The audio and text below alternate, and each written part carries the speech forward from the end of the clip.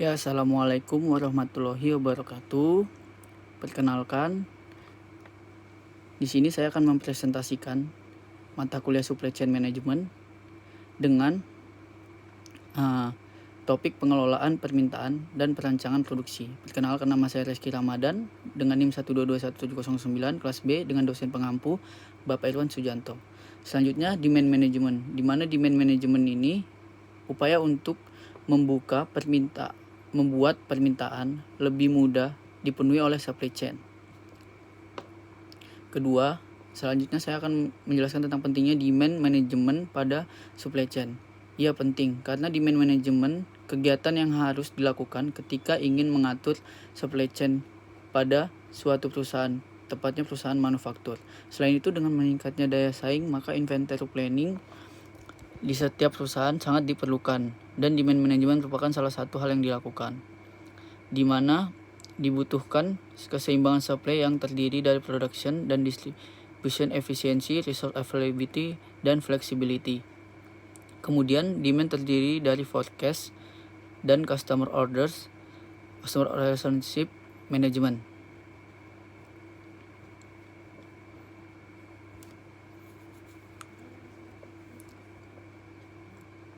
Selanjutnya, faktor yang berkaitan dengan demand management. Yang pertama ada sales and operation planning, di mana bertujuan untuk menghubungkan business planning dan dengan tactical planning di MPR, menyeimbangkan supply dan demand pada level produk family. Yang kedua ada master scheduling, di mana bertujuan untuk memecah production plan menjadi jadwal masing-masing SKU, memecah flow produk family, menghabiskan master production schedule, dan menyeimbangkan MPS dengan capacity. Yang ketiga ada distribution planning, di mana biasanya dipakai dalam inventory finished good dan merencanakan kapasitas logistik. Selanjutnya ada demand forecasting, di mana demand forecasting sendiri adalah peramalan permintaan yang dilakukan perusahaan untuk menentukan peramalan permintaan yang nantinya efisien dan efektif digunakan untuk supply chain perusahaan.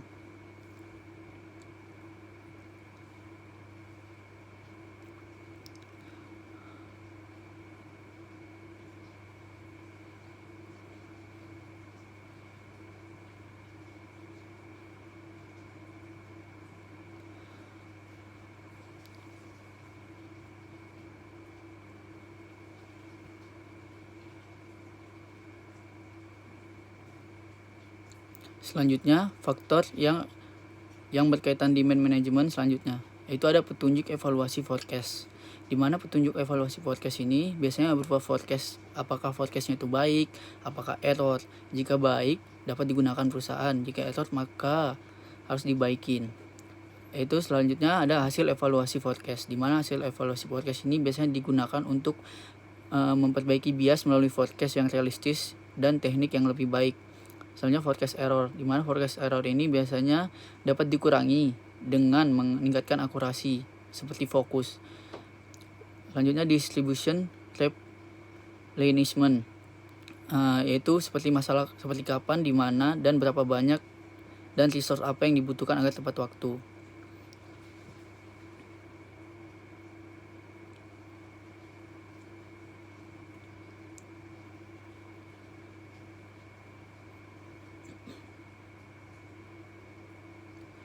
Selanjutnya ada perbedaan antara demand forecasting dengan demand management. Yang pertama ada memiliki sifat yang berbeda, di mana demand forecasting bersifat lebih reaktif dan lebih melihat permintaan sebagai input gain sudah given, sedangkan demand management bersifat proaktif. Yang kedua memiliki tujuan yang berbeda. Itu tujuan demand forecasting dibedakan berdasarkan waktu, ada 3, yaitu jangka pendek, menengah, dan panjang. Sedangkan demand management untuk membuat perusahaan memiliki pola yang lebih menguntungkan bagi supply chain perusahaan. Selanjutnya menyikapi permintaan dengan hal yang beda, yaitu demand forecasting merupakan estimasi terhadap produk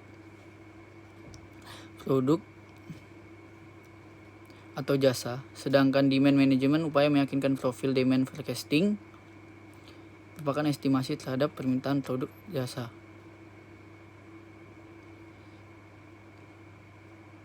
Dengan memiliki pola yang lebih halus.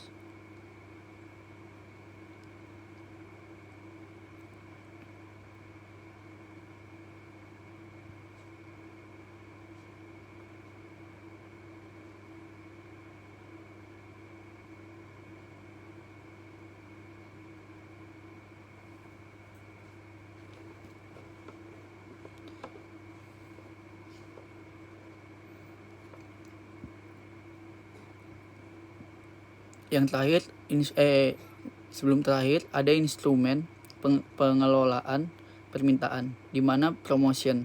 Dengan mempromosikan produk, maka permintaan akan mengalami peningkatan atau penurunan. Yang kedua ada self management.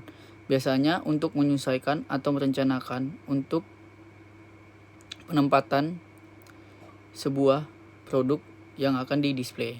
Yang ketiga ada pricing, di mana kebijakan harga termasuk dalam salah satu kegiatan promosi.